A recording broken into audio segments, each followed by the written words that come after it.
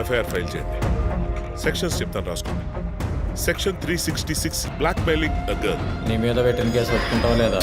Section 11 and 12 of POCSO act. అమ్మా నా shirt ఇస్త్రీ చేసావా?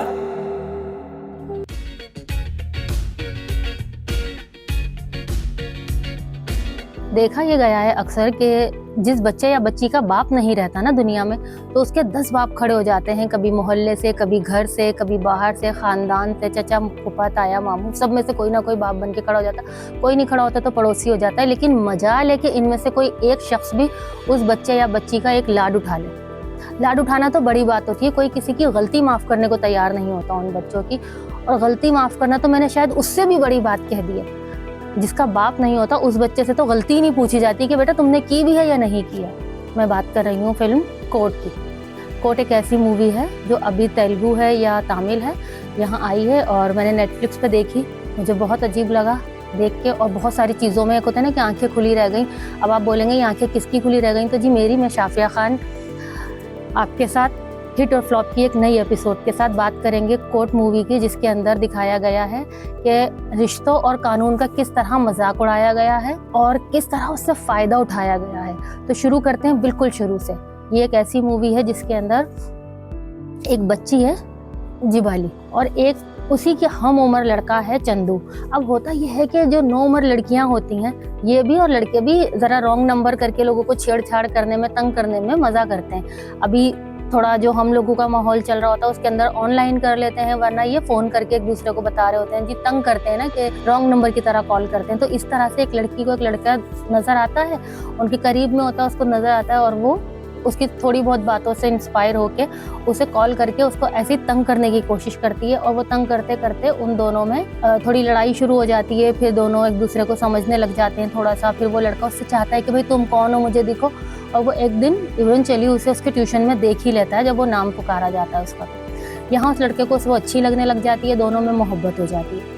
मोहब्बत हो जाती है, लेकिन होता यह है कि मोहब्बत करने की कहा यह जाता है कि कोई उम्र नहीं होती। 60 की उम्र में भी हो सकती है और 7 की उम्र में भी हो सकती है, जैसे लैला मजनू को हुई थी ना, बचपन में हाथों में लग जाती है। लेकिन उस वक्त इंडिया में जो अब कानून है पॉक्सो, वो नहीं था, वरना लैला मजनू की कहानी कभी बन ही नहीं पाती। अब आप सोच रहे होंगे या ना सोच रहे हों, शायद मेरे लिए ये लफ्ज़ नया था, मैंने नहीं सुना था पहले। तो पॉक्सो क्या है मैं उन लोगों को बता दूं जो मेरी तरह है। पॉक्सो एक ऐसा कानून है जिसमें आप 17 साल की, मतलब 18 साल से पहले की लड़की को नाबालिग मानते हैं और उसके साथ किया गया कोई भी अमल जो है वो रेप के ज़ुमरे में आ जाता है। अगर वो दोनों की मर्जी से हुआ तो वो बहकावा माना जाएगा, अगर एक की मर्जी से हुआ, एक की मर्जी से तो हमेशा होता ही, खैर आपको पता है वो गलत है, लेकिन दोनों की मर्जी से भी अगर हुआ है तो उसे नाबालिग को बहलाना, फुसलाना या वरगलाना के ज़ुमरे में कह के लड़का जिम्मेदार कहलाया जाएगा। तो होता यह है कि इसके अंदर उन दोनों में मोहब्बत हो जाती है। अच्छा, मोहब्बत करते वक्त लड़के को तो अपना ख़ानदान पता होता है कि वो एक दूध वाले का बेटा है और उसने पढ़ाई छोड़ दी है 12वीं के बाद। वो कभी फ़ोन की सिम्स बेच रहा है, कभी वो शराब और इस तरह बार में काम कर रहा है। लेकिन लड़की अपना ख़ानदान भूल जाती है। उनके मुकाबले में बहुत बड़ा और अच्छा है, उसके बाप की डेथ हो चुकी है और उसके जो फुप्पा हैं वो बड़े असर वसूख वाले और बहुत गुस्से के तेज़ और बहुत नैरो माइंडेड है। यहाँ तक कि उस लड़की के जो चचा हैं, उनकी छोटी सी बेटी होती है, उसकी बर्थडे में आते हैं तो वो स्लीवलेस देख के कह देते हैं कि भाई ये स्लीवलेस क्यों पहना है, मैं इसकी बर्थडे में नहीं शरीक होता, हटाओ ये वो। बड़ा अब और बड़ी मजबूरी उनकी ये कि एक तो घर का दामाद, ऊपर से जो उसका साला है मौजूदा घर का मर्द, वो उसी बहनोई के पास नौकरी करता है। तो घर वालों के पास तो कोई ऑप्शन ही नहीं बचता कि उसके आगे जुबान चला पाएं या नज़र भी उठा पाएं। और रही सही कसर ये कि लड़की जो है हमारी हीरोइन जिबिली, इसके बाप की डेथ हो चुकी है, ना इसका कोई बड़ा भाई है ना छोटा, इस तरह से इसकी माँ है बस लड़की। अब होता यह है कि जो फूफा जी है ना, उनको तो बड़ी प्यारी होती है अपनी इज्जत उनकी। तो लड़की को उनका एक लड़का जो है उसकी क्लास का वर्कशीट दे देता है, तो वो उसको जेल करा देते हैं कि भाई तूने तो वर्कशीट दी है, ये तुझे पता है, मेरी बेटी को पता है। लेकिन दुनिया ने तो देखा कि तूने उसे लेटर दिया, तो दुनिया तो ये सोचेगी क्या है ये चौकीदार के बच्चे ने हमारी लड़की को लव लेटर दे दिया। इस चक्कर में वो उसके बाप को जेल करा देते हैं लड़के के और बहुत वहाँ पे हंगामा करते हैं। तो इसी तरह से अब इनको पता चल जाता है कि भाई भतीजी भांजी जो भी है ये जिबिली, इसका चंदू के साथ है चक्कर, क्योंकि वो एक शादी में जाते हैं और वहाँ से एक वीडियो नजर आ जाती है उन्हें, CCTV कैमरा में देख लेते हैं। भाई वो देखने के बाद तो वो लड़के को किस तरह से फंसाते हैं कि लड़के के ऊपर नाम लगा देते हैं कि इसको ज़बरदस्ती लेके गया ये लड़का। जबकि होता कुछ यूं है कि वो लड़की उस लड़के के घर खुद ही मिलने जाती है, उसकी माँ जानती है, बहन जानती है, सबके साथ बैठी बातें कर रही होती है। जब उसे पता चलता है कि उसके फूफा आ रहे हैं, वो फटाफट जाके कमरे में छुप जाती है। वो कमरे में छुप जाती है, पुलिस जब आती है, पुलिस के साथ फूफा आ जाते हैं और वहाँ से कह देते हैं कि जी इन्होंने तो बरखला के और गलत काम के लिए इसको अंदर बंद करके रखा हुआ था। उसके बाद वो उसको ले जाते हैं और यहाँ से जो केस बनना शुरू होता है, वो केस इतना गलत होता है, मतलब इस कानून का इतना गलत इस्तेमाल किया गया होता है कि मेरा दिल चाह रहा था कि ये शो करने से पहले मैं अपने साथ एक लॉयर को बिठा लूँ। लेकिन मैंने सोचा कि चलो पहले हम बात करते हैं, अगर नेक्स्ट कभी किसी प्रोग्राम में ऐसा कुछ हुआ तो मेरी आपसे रिक्वेस्ट है, आप मुझे बताइएगा कि क्या हम इस तरह के किसी प्रोग्राम में अपने साथ लॉयर या साइकेट्रिस्ट, साइकोलॉजिस्ट किसी को बुलाया करें या डॉक्टर को, जिससे रिलेटेड कोई हमारी मूवी चल रही है। तो खैर ये लड़की जो होती है, इसको तो ले जाते हैं, ये लड़की को तो छुपा देते हैं और लड़के को ले जाते हैं ये जेल कर देते हैं।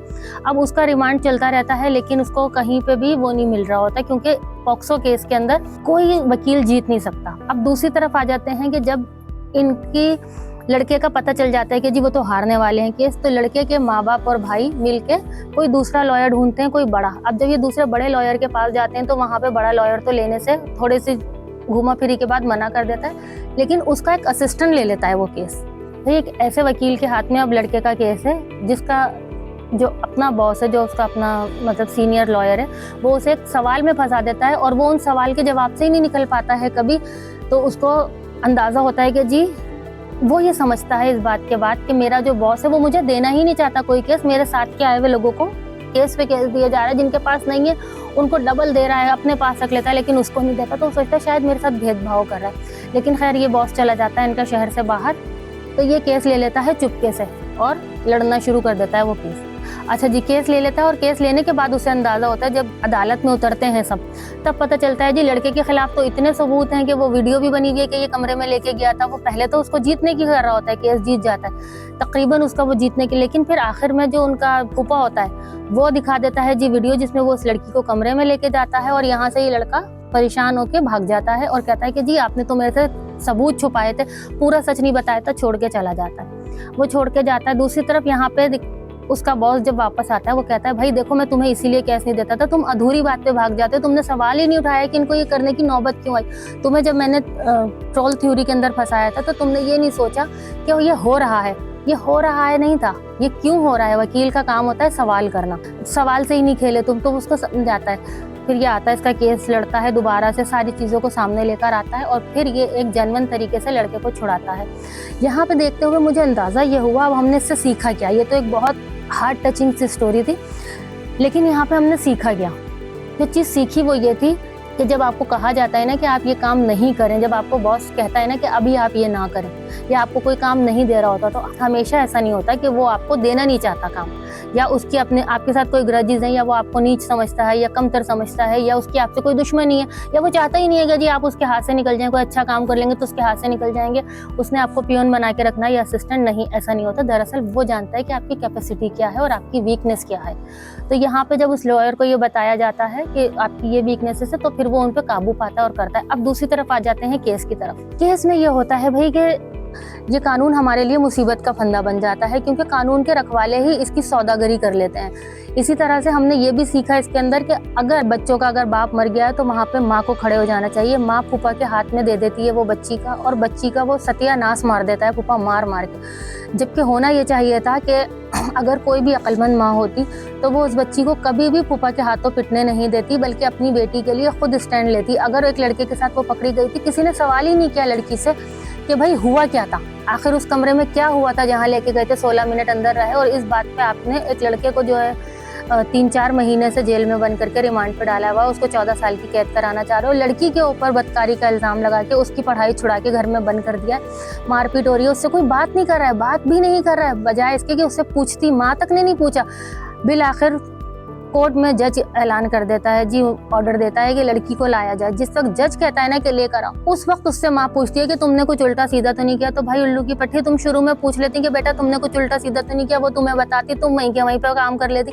लेकिन नहीं जी, उन्होंने ये देखा कि घर का खर्चा तो उनका देवर चलाता है, देवर कमाता है नंदोई के पास, तो नंदोई को दरअसल खुश रखना जरूरी है क्योंकि वो घर का दामाद है। उल्टा वो जो बच्ची को आपको मार के जा रहा है उसे आप मटन के खाने बना बना के खिला रहे हैं, तो भाई उस खाने में जहर मिला देती अगर कोई अक्लमंद माँ होती, ताकि ये फूफा मर जाए। अगर वो बच्ची से शुरू में पूछती कि बेटा तुम्हारे साथ क्या हुआ, वहाँ पे क्या था, तुम्हारी गलती थी क्या थी, नहीं थी। अब देखें हम दिल दे चुके सनम के अंदर क्या था, सलमान खान जब चला जाता है और नंदनी बहुत मचल रही होती है उसके लिए, तो उसकी माँ यही पूछती है कि बेटा तूने मुंह काला तो नहीं कर लिया। तो पूछती तो है ना कम से कम अपनी बेटी से, जबकि उसकी बेटी तो जवान थी, दोनों का बड़ा जबरदस्त किस्म का घर के अंदर रहते हुए इश्क मुआश का चल रहा था। क्या नहीं हो सकता था, सब कुछ हो सकता था, लेकिन तब भी वो नंदनी से पूछती है कि बेटा तुमने कुछ कारनामा तो नहीं कर लिया। वहाँ नंदनी बता देती है, वो इज्जत से उनकी शादी कर देती है कहीं, और यहाँ पे ये नहीं पूछ सकती थी। एक कमरे के अंदर रहती है दो माँ बेटी, सुबह से रात तक वहाँ रहती है, बात करना बंद कर दिया। अगर उसने बुरा कर लिया था तो या तो बेटी को जहर दे दो। हमारे यहाँ ड्रामा देखा था मैंने एक, ऐसी है तन्हाई, उसमें सबा हमीद ने क्या किया, जब उसे अंदाजा हुआ कि उसकी बेटी की जो पिक्चर्स हैं वो वायरल हो गई हैं और बेटी भी मुंह दिखाने लायक नहीं रही कहीं पे, तो वो अपनी बेटी को खुद ही जहर दे देती हैं। तो भाई अगर इतना ही तुम्हें बेटी का दर्द सता रहा था कि जी ये बदनाम हो गई, अब ये हो गया, और बदनामी तो ये बहुत बड़ी थी, कि अगर आपको ये बहुत बड़ी बदनामी लग रही थी और आप उसका साथ नहीं देना चाहती थी, तो जितना आपने उसे जलील करके रखा था उससे कहीं बेहतर था कि आप उसे जहर दे के मार दो ऐसी औलाद को जिसको आप साथ नहीं दे सकते। और या फिर आप उससे पूछती हैं, अगर वो आपको बताती ऐसा कुछ नहीं है, तो फिर आप उसको फूफा के खाने में जहर मिला देती। इसमें कौन सी बड़ी बात थी, दोनों जहर ही तो मिलाना था। वो जहाँ पे इतने मेडिकल स्टोर के चक्कर, वो तो हम बता भी नहीं सकते इस वक्त बैठ के, मेडिकल स्टोर के चक्कर, तो ये वाले चक्कर तो शायद उसको पागल अलग साबित कर दिया। अब देखें एक लड़की जिसको अदालत में पागल साबित कर दिया गया, उसके रिश्ते कहीं से आएंगे। एक वो लड़की जिसके बारे में अदालत में साबित कर दिया गया कि वो एक लड़के के साथ 16 मिनट तक कमरे में रही है और फिर बाहर आई है, उसके रिश्ते आएंगे।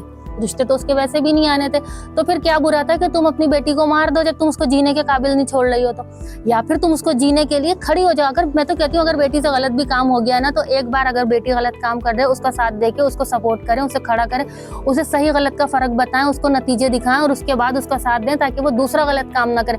ये जो माएँ होती है ना बेवकूफ़, ये करती हैं बेटियों को पहली दफा में उनकी गलती के, ये माँ बाप क्या करते हैं, बेटी से कोई गलती हो गई उससे बिल्कुल ही उसके खिलाफ हो जाते हैं, उसे दुनिया से एक तरफ कर देते हैं। अब इंसान बशर है, बच्चियां वैसे ही छोटी उम्र की बच्चियां बाल जो होती हैं ये बड़ी बागी हो जाती हैं जल्दी। आप मुझे बताइए भाई, आप लोगों के अपने घर में भी बच्चियां होंगी, या आप खुद भी अगर बच्ची हैं लड़की हैं तो आप खुद मुझे बताएं, आपको मुझे कोई मुसलसल बुरा कहे जाएगा तो आप क्या करेंगे आखिर में। अभी मैं अपनी फ्रेंड, मेरी फ्रेंड है नूर, वो हमारे साथ पॉडकास्ट में भी होती है, अभी मैं उसको बता रही थी कि बेटा तुम एक काम करो, अगर कोई तुम्हें बोले ना कि तुम काम चोर हो, बोलो हाँ मैं तो काम चोर हूँ, अब तो ये काम तुम ही करो। यही बात होती है हर इंसान के अंदर कि अगर कोई हमें बोलेगा ना कि ये चीज़ ऐसी है, तुम तो बहुत बुरी हो, तुम तो बहुत निकम्मी हो, तुम्हें तो काम करना नहीं आता, तुम्हें तो खाना पकाना नहीं आता, तो यकीन करें मैं तो बोलूँगी हाँ मुझे नहीं आता खाना पकाना, मैं तो अंडे तल के खाती रहूँगी लेकिन खाना नहीं बनाऊंगी। फिर उसके बाद अंडा तलने में खराब हो जाएगा, उबाल के खा लूंगी अंडा, लेकिन खाना नहीं बनाऊंगी क्योंकि तुमने मुझे बोला कैसे। तो ये होती है, खैर मेरी उम्र वो वाली नहीं है, लेकिन बच्चियों में तो यही होता है। मैं तो इतनी बड़ी होकर भी ये करती हूँ,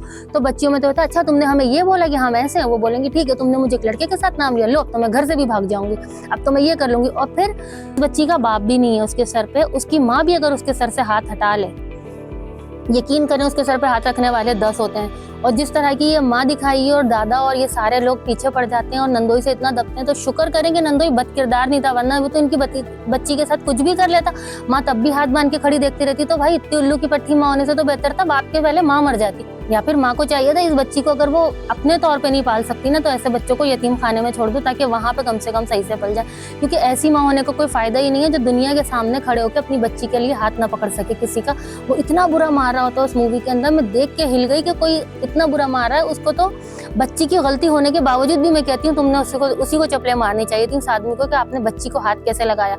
बच्ची से गलती हो गई है, आप उसके सर पे हाथ रख के उसे सही कर सकते हैं, बजाय इसके कि आप बच्ची को धुतकार दें और बच्ची के ऊपर कोई बाहर का शख्स हाथ रख दे। ये आपकी बच्ची थी, ये बच्ची जिबिली जो थी, ये जिबाली जो भी थी नाम, ये बच्ची बहुत अच्छी थी, इसने इतनी बातें सुनने के बावजूद भी इनके साथ बगावत नहीं की।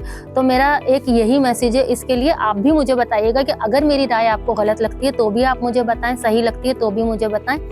इसके साथ ही मुझे दें इजाज़त, फिर मिलेंगे किसी अच्छी मूवी के साथ जो थोड़ी हमारी हंसी मजाक वाली होगी और उसमें हम लोग खुश होंगे। ठीक है, अल्लाह हाफ़िज़।